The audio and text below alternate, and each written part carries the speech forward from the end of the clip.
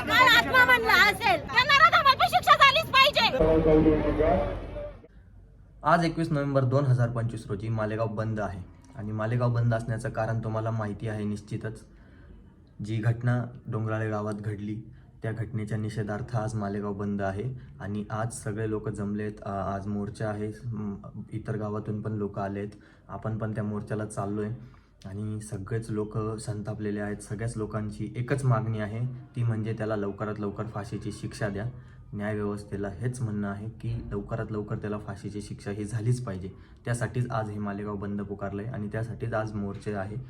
आज सगळेच जमलेत, तर तुम्ही व्हिडिओमध्ये पुढे बघणारच आहात मालेगाव बंद कसं सगळेच लोक प्रतिसाद देत आहे या गोष्टीला, या घटनेला। घटनाच तशी आहे, साहजिक आहे, प्रत्येक नागरिक संतापलेला आहे। महाराष्ट्र राज्यातूनच नाही तर इतर राज्यातून पण लोकांचे संतापजनक व्हिडिओ मी बघतोय, लोकांचा संताप बघतोय, राग बघतोय आणि त्याचसाठी आज मालेगाव बंद आहे, त्याचसाठी आज मोर्चा आहे।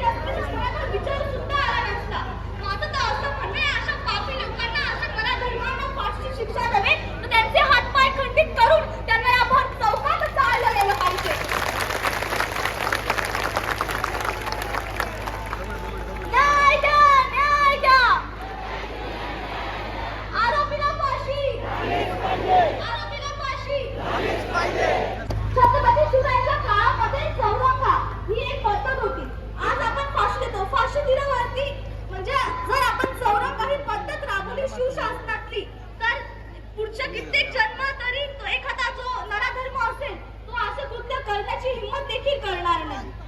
म्हणून आज चौरंगा म्हणजे शिवशासन ही पद्धती अंमलात आणणे ही आज काळाची गरज आहे। मी आज सर्वांच्या वतीने मागणी करते की चौरंगा ही पद्धत अंमलात आणून शिवशासन हे इथं अंमलात आणलं गेलं पाहिजे। जय छत्रपती शिवाजी महाराज की जय। आज मला शासनाला फक्त एवढी एकच विनंती करायची की आम्हाला पैसा नकोय, आम्हाला पैसा नकोय, आम्हाला ती लाडकी बहीण योजना पण नकोय, आम्हाला ते राशन नकोय, फक्त आम्हाला न्याय द्या। आम्ही आज तुमच्या पुढे भीक मागतोय, आम्हाला न्याय द्या। त्या आरोपीला फाशी द्या, त्याचे हात पाय खंडित करून त्याला भर चौकामध्ये जाळा। विवेचन केलेलं आहे।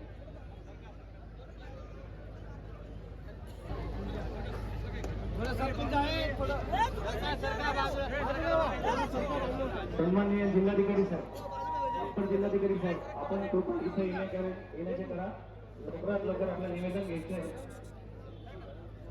आपल्या मालेगाव वकील संघाच्या माध्यमातून या केसच्या संदर्भामध्ये आरोपीची बाजू कोणीही मालेगावचा वकील घेणार नाही असा निर्णय त्या वकील संघाने केलेला आहे।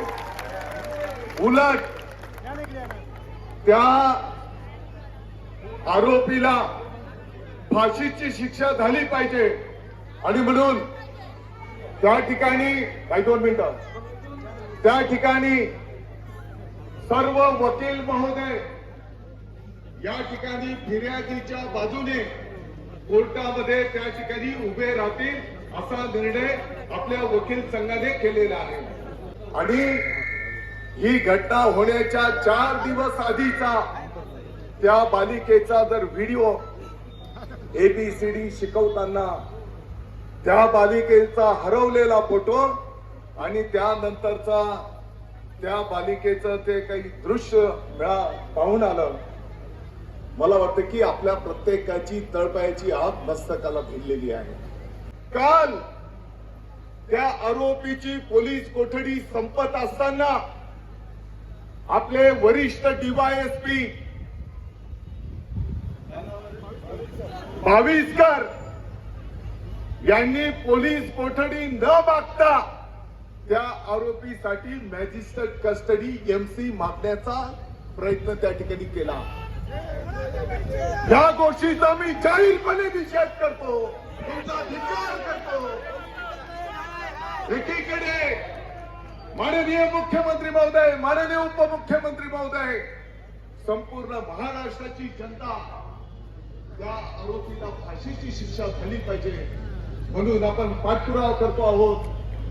आणि दुसरीकडे आपले डीवायएसपी त्या आरोपीला पाठीशी घालण्याचं काम करतात. कोर्टाच्या समोर मॅजिस्ट्रेट कस्टडी मागतो म्हणजे तो आरोपी मॅजिस्ट्रेट कस्टडीत जाईल आणि पुढच्या टप्प्यामध्ये त्याला जामीन मागण्याचा अधिकार प्राप्त होईल. आणि म्हणून या गोष्टीचा मी निषेध करतो. मालेगावचे आपले सर्व वकील महोदय कोर्टामध्ये उपस्थित झाले. मी स्वतः ऍडिशनल एसपी संधू साहेबांशी संपर्क केला. त्यांना मी सांगितलं की अशा प्रकारचं चुकीचं काम त्या डीवायएसपीच्या माध्यमातून होत आहे आणि यामुळे आणखी संतापामध्ये संपूर्ण महाराष्ट्रामध्ये लाट त्या ठिकाणी निर्माण होईल.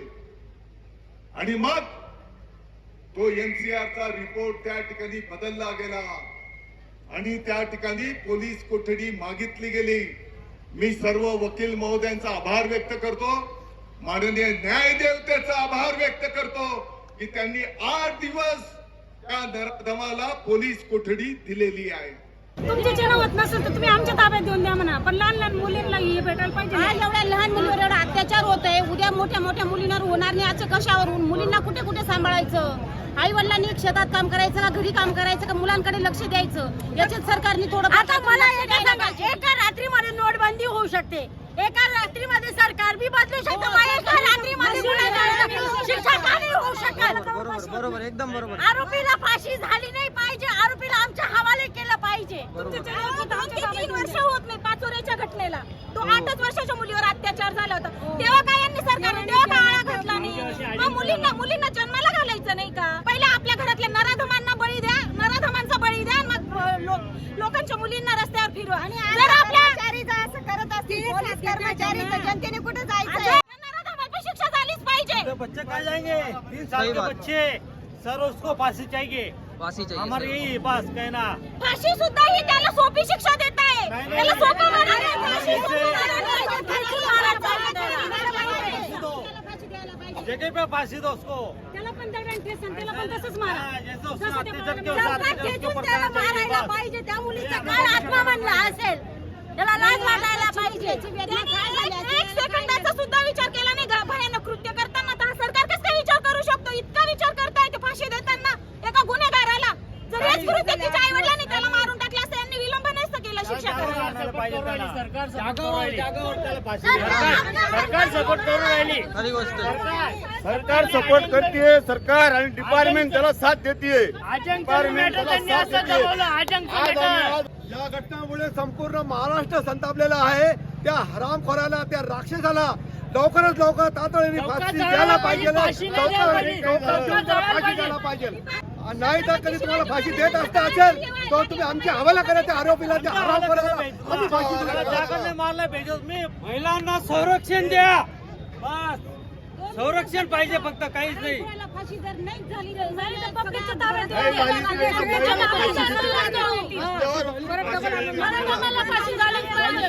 मालेगावाचं तुम्ही ऐकलं, सगळ्यांची एकच इच्छा आहे की त्या हरामखोराला फाशी झाली पाहिजे आणि लवकर लवकर झाली पाहिजे. आज गुन्हा होऊन 4 दिवस झाले तरी अजून आरोपीला काहीच शिक्षा नाहीये. हे चुकीचं आहे. तो कोर्टात बसलाय, त्याला जेवण भेटतंय मोफत. हा बरोबर बोलले. लवकर फाशी झाली पाहिजे त्याला. सगळ्यांची एकच इच्छा आहे. पाणी सुद्धा पाजायला नाही पाहिजे. इतका वेळ कशाला घ्यायचं? पैसा का त्याला पोहोचू राहिले. त्याला फाशी द्या ना तुम्ही. त्याने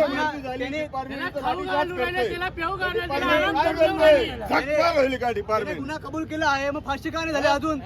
हा संपूर्ण मालेगावांचा प्रश्न आहे.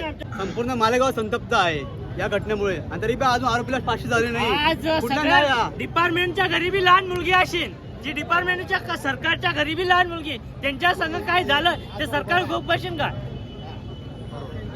आज गेल्या 4 दिवसापासून ती मुलीला एवढी चिमुकली आहे, 3.5 वर्षाची. तिला काय तिने आज दुनिया पण पाहिली नाही. दुनिया कशी आहे काय आहे ते बी बघितलेलं आहे. हा त्या भाडकावला लाज नाही वाटली का? हो शेवट 4.5 वर्षाची मुलगी आहे ती साक्षात देवाचं रूप असते.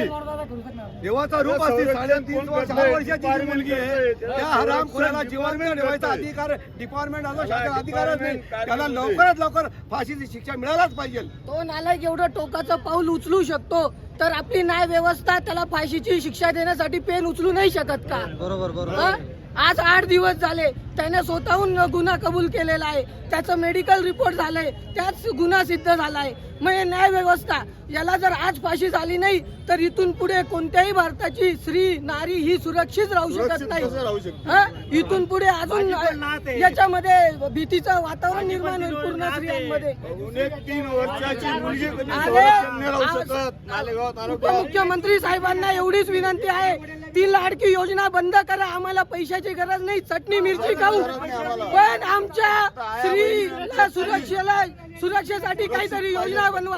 ही पहिली घटना नसून आज पूर्ण महाराष्ट्रात 43 घटना झाल्या. अजंग वडेलची घटना 6 महिन्यामध्ये तो माझा शोध बाहेर 8 महिन्यात सुटला, 12 नाही, 6 महिन्यात काय झालं? हे वातावरण वाढतच चाललंय.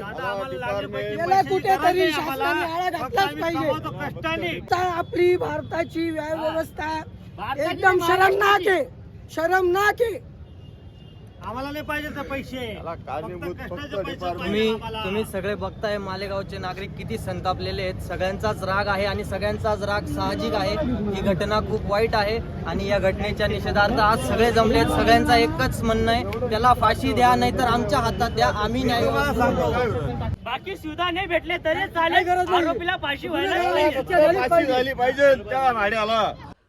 जसं की तुम्ही आता बघितलं मालेगावकरांचा संताप आणि त्यांचा राग. साहजिक आहे, राग अनावर होण्यासारखा नव्हता. खूप चिडलेली आहेत लोक, मालेगावचे लोक संतापलेले आहेत. मालेगावचे नाही, प्रत्येक राज्यातून, प्रत्येक वेगळ्या वेगळ्या दूर गावातून, शहरातून, राज्यातून लोकांच्या प्रतिक्रिया येत आहेत. घटना तशी आहे साहजिकच आणि ही घटना खूप वाईट आहे. अशी घटना घडू नये म्हणून प्रत्येकाने आवाज उचललाच पाहिजे. आणि हा जो राग होता, या रागाच्या भरात कदाचित काही लोक थोडं जास्त बोलले असतील किंवा चुकीचं बोलले असतील. असं चुकीचं तर मला कुठे जाणवलं नाही, म्हणून मी या व्हिडिओमध्ये प्रयत्न केला आहे की प्रत्येक माणसाची भावना, प्रत्येक माणसाचा राग हा दिसू द्यावा. फार म्हणजे मोजक्याच विषय मी ठेवले आहेत प्रतिक्रियेत. मी एडिटमध्ये मुद्दामच नाही कापले ते विषय, कारण लोकांचा राग हा साहजिक होता, खरा होता. त्यांचे बोलण्याची पद्धत कदाचित बरोबर नसेल, पण त्यांचा मुद्दा बरोबर होता आणि हा व्हिडिओ त्यासाठीच बनवला होता मी. आणि तुम्ही पण तुमच्या शहरात, तुमच्या गावात असे व्हिडिओ बनवून लोकांपर्यंत आवाज पोचवा आणि अशा घटना घडू नये याच्यासाठी काळजी घ्या. सर्वांनी सुरक्षित राहा.